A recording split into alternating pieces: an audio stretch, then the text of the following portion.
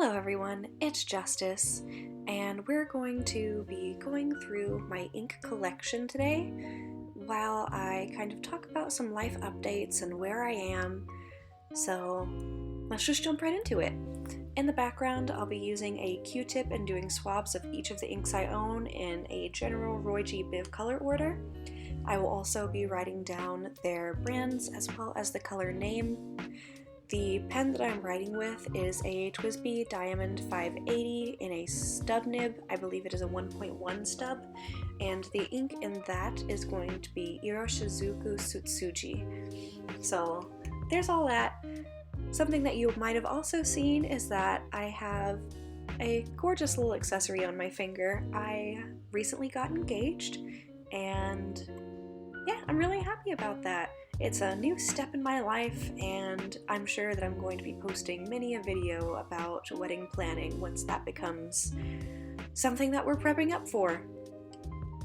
As for what I've been doing in these recent months, I've had some medical things happening, some work things happening, and it's just been a little bit funny.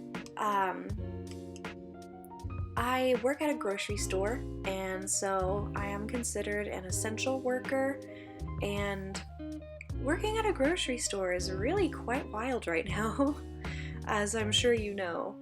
Those that are healthy enough to brave the stores, you'll see people that are taking everything very seriously, wearing masks, wearing gloves, being very careful for cross-contamination or exposure, and then you'll see others that still don't quite register what's happening.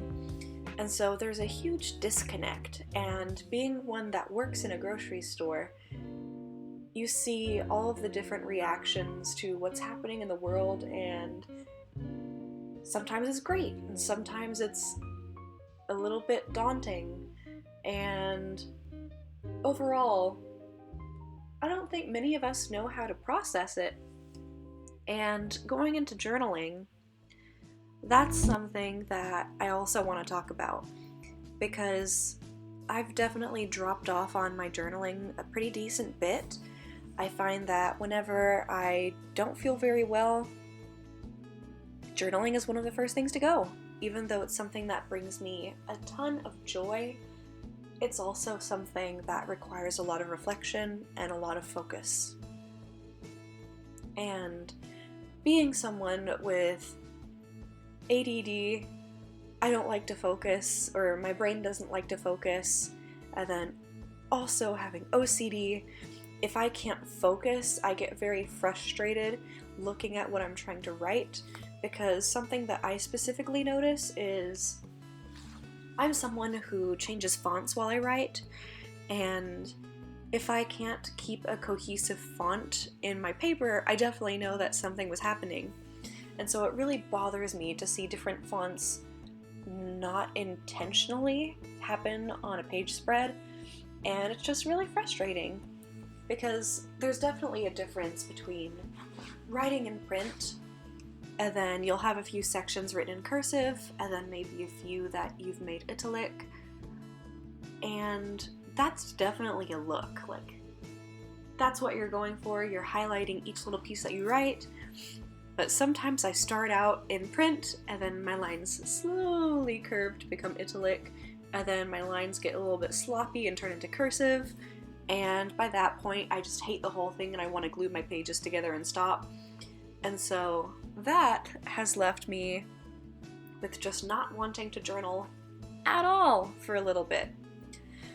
So I think that this is a really great opportunity to talk about what I find works for me right now, and what is the most, I guess, what is a necessity in my journaling, which that's a little bit silly to say, because journaling by no means is food, water, shelter, like a necessity in that way, but it's absolutely a mental necessity for many of us in the journaling community. So what I find that I do, you need a little background information if you haven't watched my videos before, but I tend to use a bullet journal, and I do daily pages, and I sometimes incorporate a weekly spread if I have a lot of appointments or things that need to be done on a specific day. And so right now I don't really have the mental bandwidth to be able to do daily pages. So what I'm doing instead is I'm doing a running to-do list and a running grocery list, and that is working really well. And that came about because I was continuing to try to do my daily pages, but everything just got migrated. And so it got really disheartening and really redundant to be writing the date at the top of the page and copying down things and hoping that I would do them, but realistically knowing that they would most likely be migrated until I had a day where I had a surge of energy or I had a day off of work.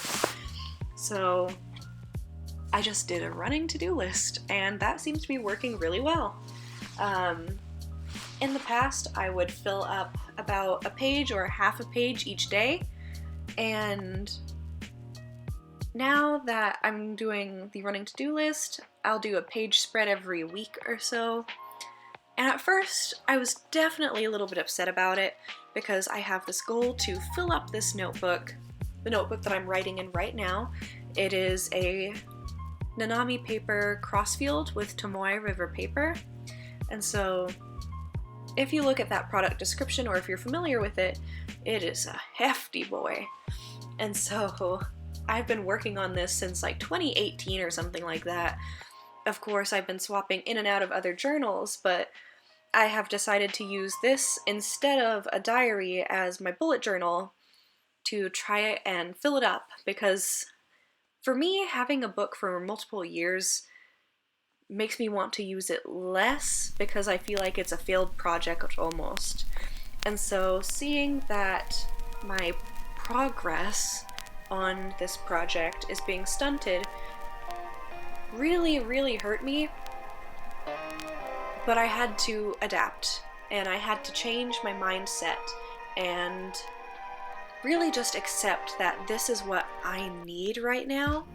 It's helping me remember what needs to be done so that the important things don't fall to the wayside, and it helps me just decompress that little bit, because in the mornings, one of my favorite things to do to kind of prepare myself for the day, to prepare myself for work, is to sit down with my tea, do my makeup, and quickly jot something down in my journal in about half an hour before I leave for work.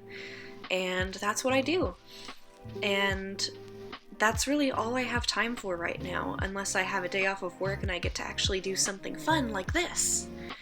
So a lot of right now is changing perspective on how I see things, on how I feel about things, and I think that's important to talk about, because there's definitely videos I've seen on, wow, things are bad right now, here's how I'm treating myself and participating in self-care and that kind of thing.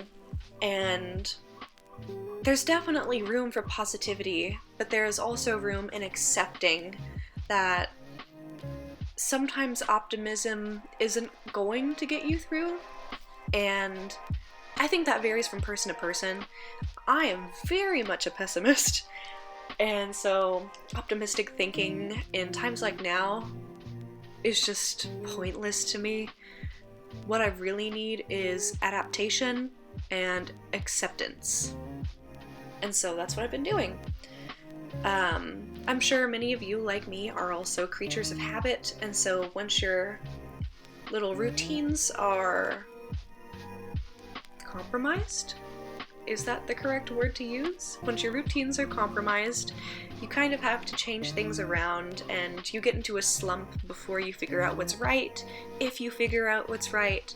And that, to me, is really beautiful, because change really makes you reflect and think about what is the most important, what do you need. And really, I don't need much. This is my favorite hobby in the entire world. Like, I could go without video games, I could go without fun cooking, but I will need journaling.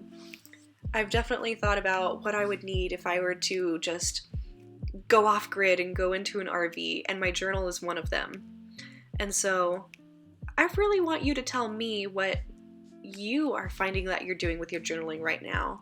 Is it a crutch that you're really enjoying and spending a lot of time in, like your best friend? Or are you utilizing it as a tool to just get by, like I am? Definitely let me know. I'm really interested in seeing your comments. But thank you so much for watching, and have a great one.